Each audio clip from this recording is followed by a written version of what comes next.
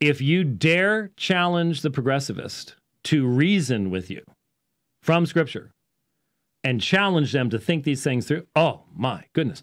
But there is a narrative, and the narrative is we have to do something with this.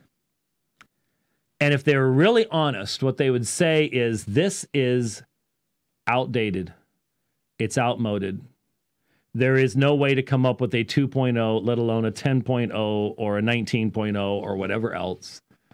We all sit here. Have you noticed how often now? I've had a smartphone for a long time now. I'm a geek. Have you noticed how much more you have to update the thing now? I mean, every day that little red badge shows up on the App Store. And it's 6, and then 10, and then the next day it's 20. And you don't update it for a while. It's 95. And we're just so used to that. That's how things function. You can't do that with this. You can't do that with this. Now, my belief is the reason you don't need to do that is because it has a divine author that by revealing it the way that he did means that in whatever situation mankind finds himself in, the proper handling of this will provide what we need. But these folks don't believe that. These folks don't believe that. Progressivists can't believe that. Yes, sir? Well, I had mentioned in that same conversation, sometimes you don't see my posts, and I don't see your posts on Twitter. I don't know why that is. It drives me crazy. I think it drives you crazy too. But I had pointed out that in Genesis 47:13 through 22, we have the account of the famine coming. And then in verse 19, I believe it is, we have the Egyptians coming to Joseph. Now, they've already sold their cattle to him for food, and a year later, they're coming back, and they got nothing left.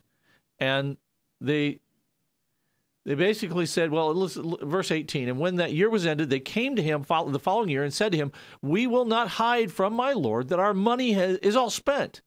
The herds and the livestock are my Lord's. There is nothing left in the sight of my Lord but our bodies and our land. Why should we die before your eyes, both we and our land? Buy us and our land for food, and we with our land will be servants to Pharaoh, and give us seed that we may live and not die, and that the land may be not be desolate. Verse 20, so this is what they did. Joseph bought all the land of Egypt for Pharaoh, for all the Egyptians sold their field because the famine was severe on them. The land became Pharaoh's. Verse 21, as for the people, he made servants of them from one end of Egypt to the other. Only the land of the priests he did not buy, for the priests had a fixed allowance from Pharaoh and lived on the allowance that Pharaoh gave them. Therefore, they did not sell their land.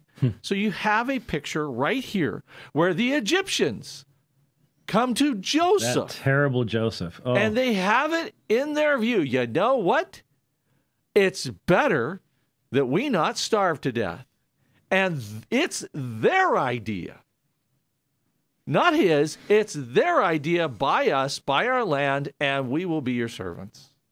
Well, but it's right there. Joseph, look, let's be honest there. Joseph didn't do it right. He should have let them die. But the thing is, you know who brought this whole thing about? It kind of started with Joseph's brothers throwing him into a pit. There is that sovereignty of God thing. It was the sovereignty of God that brought all of this to pass. Yes, I'm well aware of that. That's true.